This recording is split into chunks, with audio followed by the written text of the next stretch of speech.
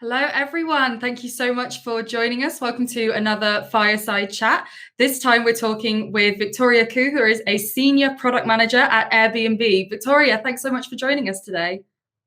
Thank you so much for having me. Now, I'm very excited to dive into all things product management, and we're also going to be diving a little bit, well, mostly into Product Manifesto, which is our exciting new project. If you haven't checked out Product Manifesto yet, head to the link that's floating somewhere above our heads, productmanifesto.com. We're going to be diving into that today. Very excited to share more details. So, Victoria, first of all, I would love to learn a little bit more about your personal story. How did you get started in product, and what has your journey been like?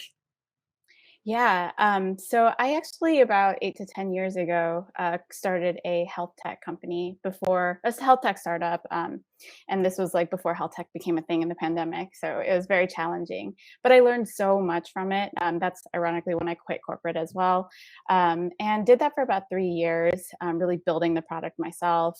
Being every part of the product, and then realizing that I needed employment and financial. I needed some financial help, so I was able to join Airbnb about like 7 years ago, and did kind of the same thing where I was building venture products, really like new products at Airbnb, and trying to like create users, and really understand the user base who I was working for. And yeah, it's been a journey since then, where now I'm a payments product manager. Right. And what does a payments product manager involve? What's like a typical day to day like for you, if there is such a thing, which of course there isn't? Well, there's lots of meetings, but a payments product manager is very specialized in the world of payments.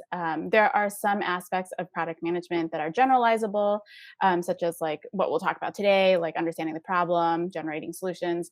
And payments is the industry. So there's a lot of specialized information about what goes on in the back end. So what happens when you swipe a credit card? When do you use e-wallets? How does that work? What about crypto, right? Those kind of like industry specific questions, and like how guests will pay for a trip at Airbnb are my area of expertise at Airbnb. Amazing. So let's dive right into Product Manifesto, which is like the main menu of the day. Mhm. How did you get started with Product Manifesto? What was it that really drew you to the project? Yeah, I've been really lucky where I've had amazing mentorship, and really great teachers over the years, teaching me how to do product management the correct way. There is like the day to day that we see and observe. And then there's also the more strategic, more visionary aspect of product management that, in my opinion, really requires like good mentorship, good leadership, and teaching.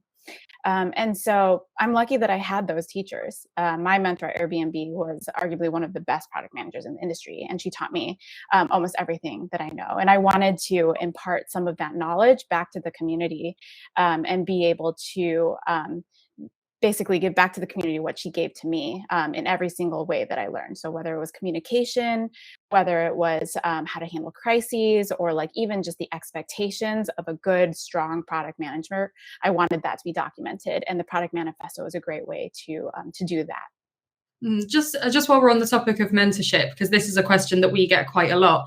How would you recommend someone goes about getting a mentor if there's not like a mentor mentee relationship that happens organically through work? How do you go about like accessing that kind of relationship?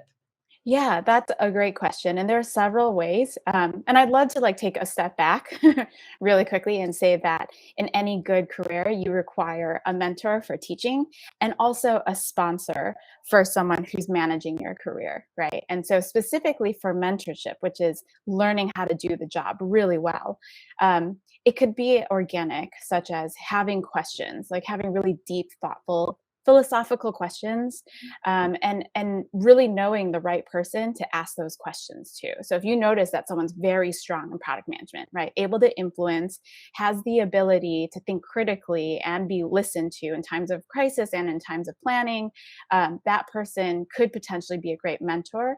And I would start out just by asking them questions. Another way is also just being really frank and saying, hey, I would love to meet with you one-on-one, maybe every other week or so, as like a mentor-mentee relationship. That way I can learn from you. Both are good strategies, but really it comes down to good product leadership is often busy. So like having the right questions set up to ask them and getting their guidance, so that you're using the time wisely. Mhm. Again, similar to the topic of mentorship, let's take another few steps back to the Yeah. Agile Manifesto, which was sort of the original mentorship document, I guess, that taught the tech industry how to do tech, how to do products in the modern day. Obviously, if it was perfect for the here and now, we wouldn't need product manifesto. So for you, what do you think are maybe some of the gaps in the Agile Manifesto that makes it not quite perfect for modern product managers? Yeah. I think in my day-to-day experience, while Agile is like a great framework, um, I've noticed that it can fall apart when you're working in a large cross-functional organization. And that's because the complexity and like the, I guess, interoperability, the dependency on other teams is very high, and you're very dependent on them to also implement the same frameworks for Agile. And that's not always the case, right? Like, especially during hypergrowth, someone might be using Trello, someone might be using Jira, and that kind of interoperability doesn't exist. But that's kind of an area where I see Agile kind of failing. Another area is also if if if not everybody is working on the complete agile framework, in that maybe some people are working on this project and some people are working on that project, you're not truly adhering to Agile. You're kind of having this hybrid model, and so the timing of how to complete and execute projects is also dependent on everybody working under the same exact framework. So hybrid models, they just tend to be a little bit more challenging. And I'd say that the impact is that like culture can be impacted, people can be frustrated, and at worst, it can also create Absolutely. attrition issues. Yeah. So what would you say are some of the other major challenges that product managers face that perhaps the guidance from the manifesto could help to solve a little bit? Yeah, one of the more obvious areas I see are just like sometimes in companies, the stakeholders that you work with don't know how to work with product managers. There's this kind of like this understanding that like you're there and maybe you're in a project manager role, or maybe like you take on the program manager role, or even like you start out with the product ownership role, which is more day to day. And so there's not this like heavy utilization of the potential of product management, which is like vision setting, strategy, right? Like really understanding the problem and creating like the structure that of success for teams to move forward with. And so I think like that's an area where it can be frustrating for product managers, especially new ones, when they come into an environment and let's say an eng manager is just like, great, can you go sort all the bugs? Right? And it's like, yes, absolutely, I can do that, but let me show you what else I can do, right? So that's like one area. I'd say another area is just like the career aspect can be also challenging if you don't know how to manage a career. Product management is inherently like a generalist role. Like at worst, you're kind of like plugging all the cracks in the dam, and at the best, you're like leading the team forward, almost like a general manager, or even mini CEO, as well as janitor as well. um, but I would say that managing a career can be challenging because it's such a general role, and really knowing how to like think about the role like from the 1 year mark, the 3 year mark, and the 5 year mark is important. So I guess one of the things that's it's part of the beauty of product management, but it's also one of the challenges is how much ambiguity there is about Mhm. the role, where it means it's open to interpretation, but it also means, oh God, it's open to interpretation, nothing's set in stone. Do you see the ambiguity of product management? Is that something that's going to sort of continue to be a huge benefit to product managers, or is it something? I guess, is product management going to become a little bit more defined as it continues to grow? Like, will people eventually stop asking everyone if they're project managers? It's a great question. And I would say that like over time, especially when there are frameworks like, Agile and Product Manifesto being created, the role of a product manager will probably be more structured. You see this because startups have more of this like fluid role of like the product manager, but then in corporate, you see more of a structured, like sometimes there are APM or associate product manager roles that like lead into product leadership roles. So I would say that it's going to get more structured, but I do think that a little bit of like maintaining the ambiguity is actually beneficial for everyone. Part of a general role's like strength is being able to capture a wide variety of talent. So people with all sorts of backgrounds, people who aren't like necessarily trained as product managers from the get-go, these people will all find that ambiguity to be very attractive and be able to come into the industry with a fresh perspective and learn what they need to learn, but also contribute what they've been trained to do in a completely different environment. Mhm. And how would you say, well, if we can give like everyone a little sneak peek of what's coming up in the manifesto without giving it all away, um, Yeah. how would you say that the manifesto lends itself to that being open to interpretation and that ambiguity? Because we don't want to sort of come out with like Moses with the commandments and say Right. exactly you must do A, B, and C, and then you're a product manager. How does the manifesto manage to balance that guidance and that mentorship without also being, that A, B, and C list and like Yeah. things you need to do? Yeah, for sure. And yeah, being dogmatic is not like a great thing. I think what the product manifesto aims to do is to create structure in a chaotic and artistic, creative environment. And so initially, as like a new product manager, that's when you need the structure the most. So like if you do need to have an understanding of what the pillars for success are, then you have an area that you can look to. And if you know it and need a refresher, you also have an area that you can fall back on and be like, what was that one principle that I needed to like read up on during crises, right? What is that one framework that like that person used during this crisis?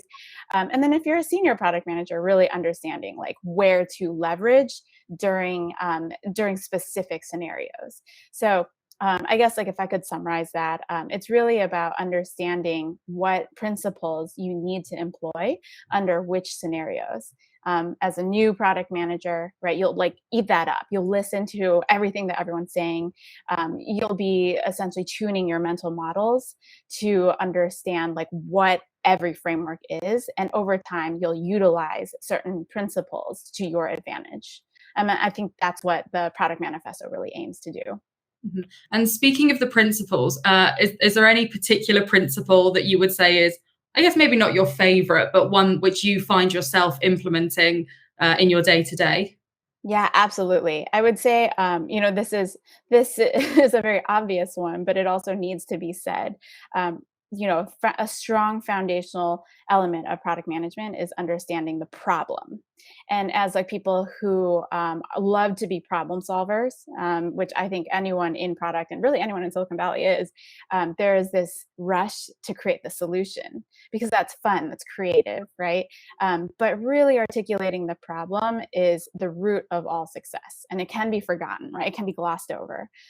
So, like the great part of Product Manifesto is that's where we start, right? Really understanding the problem, and from there, where do we go? Once you understand the problem, then any number of solutions that you generate could fix the problem if you understood it like completely.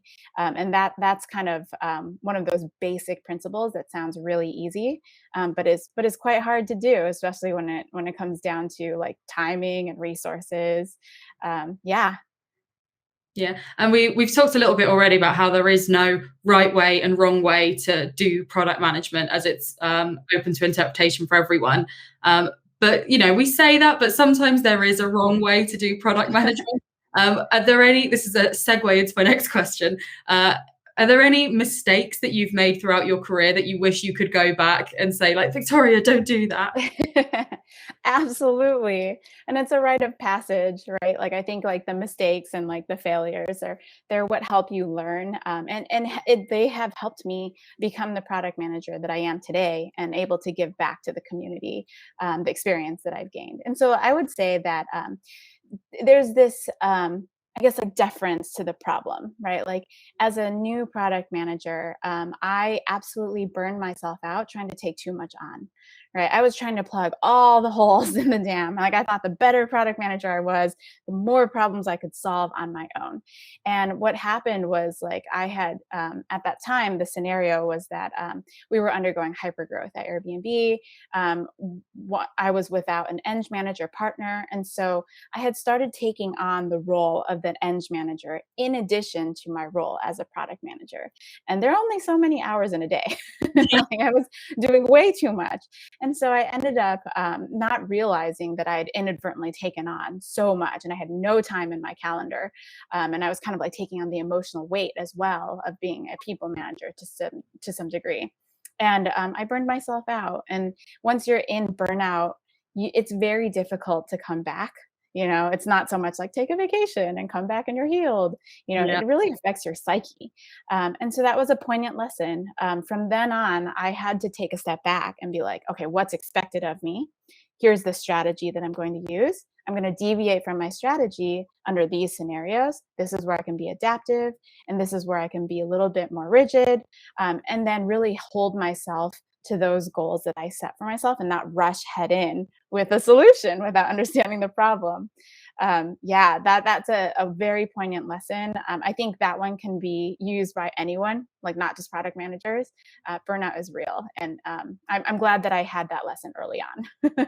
It's definitely real, and I think the worst part of burnout is how it's something that's changing in like recent history. Absolutely. But we all went through that phase where like stress meant success, where Yes. the more tired you were, the more hours you were working. It was like, it means I'm important. If I'm doing Yeah. work, it means that I matter. Now we're sort of de-glamorizing stress a little bit. So Yeah. how would you say, what's the best way to recognize the signs of burnout before you're so deep in it that you're having to Yeah. like roll your way out? What's the difference between like regular stress, or like we're just about to launch, things are a bit hectic? What's the Mhm. difference between that kind of stress and burnout? How can people recognize the signs and like nip it in the bud? Yeah, I would say one of the first signs that I started noticing was like a feeling of dread. So like on Fridays and Saturdays, I'd be so relieved, but then on Sundays, I would have this like slight feeling of like, oh, I don't want Mondays to come. Like, oh, that means I have to go to work. I'm not ready to face the day. I don't feel capable to handle like the stress. That feeling of dread really snuck up on me. And now when I start feeling that, I'm like, oh, okay, like there's a sign. That's my body telling me that like we need to create some changes. So I would start with that. I would also say that like another feeling is um, a feeling of injustice. And that was very specific to me. Burnout is not, like you said, it's not that feeling of productivity where you're like, oh my God, not enough hours in a day, but like I'm enjoying this so much, right? Burnout is like, I can't do this, but I am somehow being forced somewhere, either myself or circumstances, but somewhere there is a push and I'm digging against the gravel, right? Like I would say that that feeling of injustice or lack of control is also one to keep track of, because if it's just like a weekend or if it's just like a week, that's not a big deal. But over time, that one will eat away at you. And that one's dangerous because it's very hard to come back from that in a healthy way. It's the hole is more difficult to crawl out of than it is Yeah. to crawl into, for sure. Yeah. So just while we're thinking about like how to balance things, and you mentioned already that you had a habit of like grabbing onto too many Mhm. different things and diving in head first. You've been helping us to build the product manifesto alongside your day job. What has that process been like? How have you like portioned out the time to join the working group and build this thing? Yeah.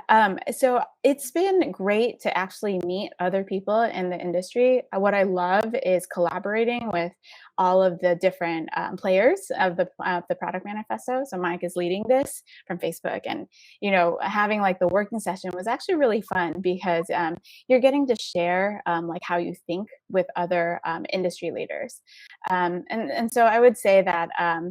That kind of discovery, like leaning into that discovery and stimulation that's like different from your day job, has been really rewarding.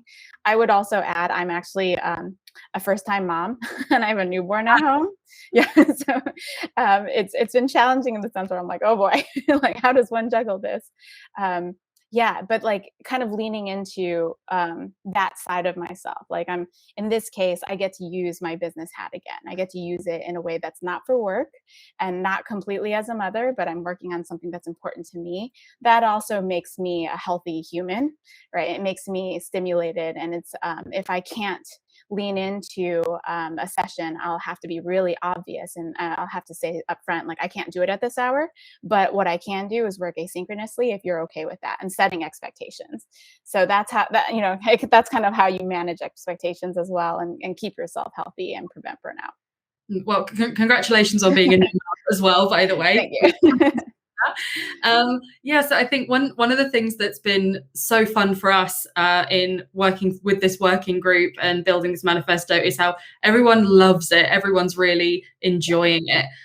So I guess my next question would be, what are some of the things, what will be your main takeaways once the manifesto is launched and it's out there and it's in the hands of the people? What will be your main takeaways, having been one of the people like in the room when it was being built, or one of the people building it?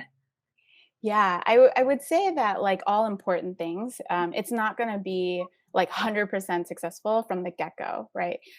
The great thing about going from 0 to 1 is you get to see people react to something that you've been a part of, and that's really amazing, and it can be very scary as well. But that's the important thing, is that like iterative cycles are important for for product manifesto, and we're starting with like version 1, but I suspect there's going to be like, you know thousands of versions by the end of a few years, where people are contributing their experience and contributing their opinions backed by data. And so that's the important thing. I think that's the part that's really exciting, is we're just starting. And it's going to be an awesome journey to see the manifesto change with the times and update itself and be contributed on by like thousands in the community.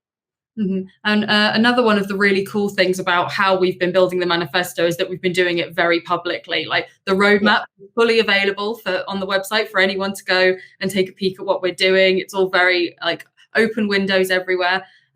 What has it been like building something that we're treating like a product in front of an audience of product people? Because I imagine it's a little bit like having to cook a meal for Gordon Ramsay. Yeah, it's been exciting in the sense where like obviously the principles are meant to be generalizable, and we're not trying to be dogmatic, like we're trying to create structure from chaos. But at the same time, like those that are, I love that those who are really experienced have been giving their opinion on like this, this seems a little too general, or this doesn't seem valuable when you put it like this, or this needs like a little bit more detail in order for it to be more useful. And I love that feedback, because it's important. Yeah. Details matter, but at the same time, unless you're in the weeds, right, you can't, like, it's not wise to give advice that's like too detailed, right? So in that sense, product manifesto, it has a lot of potential, and it's been really exciting to start from there. Mhm. And one of the not very common, but one of the misconceptions about resources for product managers is that they're often geared towards entry level product managers, sort of your first few years of product, or even how to get your first job in products. But I know one of the main goals of the manifesto is to be for not just all product managers, but everyone involved in product. It really is all encompassing. How do you think the manifesto achieves that, for being useful for entry level, mid level, seniors, CEOs, entrepreneurs? Like, how does it manage that? Absolutely. There are questions in there that aim to address like leveling, and like the problems that you would solve in different levels. Like, for example, starting up an organization, right? That's something that a more senior product manager would definitely need a bit more, or like if they needed more guidance, that would be an area where they could tap into. There's also the managing of the career. I said that's like one of the challenges before of a product manager. Initially there's a lot of resources to learning the day to day, but like once you get to a more senior level where you're tasked with like creating a 5-year plan and a strategy that goes with it, and like, oh yeah, how do you execute, right, given that there are less resources or different timing structures, right? And so those are more complex problems that the principles also aim to solve, and really great product managers have opined on those principles, so I encourage everyone to read those if you're curious. But yeah, the questions do address different levels. And so it's really exciting that that the product manifesto can be comprehensive in that way. That means for all of you watching, there's no excuse. You do need the manifesto. Go click that link. So I'm so good at promotion. So we are winding down to our last few minutes, which means I've sadly only got time for a couple more questions. Usually in this, I ask as my last question, what are you hopeful for in the future of product management? But I think because the manifesto it's going to be so much more impactful outside of product management, as well as product management, of course. I want to alter my question a little bit. What are you the most hopeful for the future of the tech industry? Big Oh, I question. like that. Yeah. I think so. What I'm most hopeful for is with the structurizing of like the chaos, which is in general a good thing. I think too much structure can be bad, but we're not there yet, right? But we're in the beginning stages, where I think if we have just a little bit more structure, we're really empowering the players of the tech industry to like truly create solutions. And we're talking like not covering the symptoms of like problems that everyday humans have, but truly creating solutions that everyday humans have and making life better for everyone.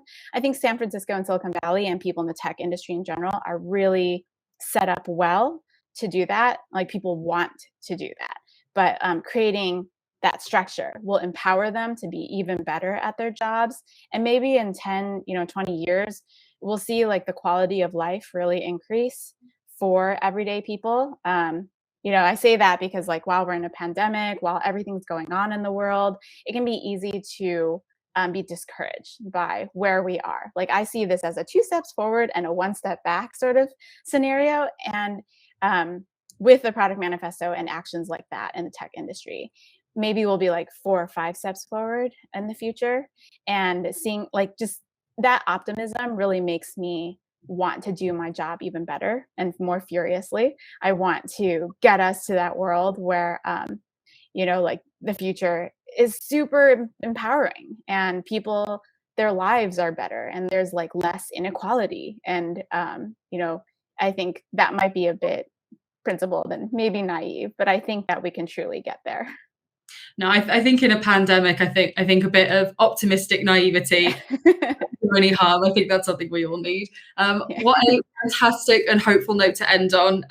Thank you so much. You've been a dream guest. I'm sure everyone had as much fun as I did. Probably not, because I'm the one that got to ask. I had a lot of fun. But anyway, that is very sadly all the time we have today. Victoria, thank you so much for joining us. Thank you for having me. And, product school, you guys are doing a great job. I really appreciate being a part of it. Oh, thank you. I didn't even tell her to say that. She said. So thank you again, everyone, for joining us, taking the time out of your day. As I said, go click that link, Product Manifesto, check it out. It's going to be so much fun. It's coming to you very soon. And we will see you all very soon again in the next Fireside Chat. Bye.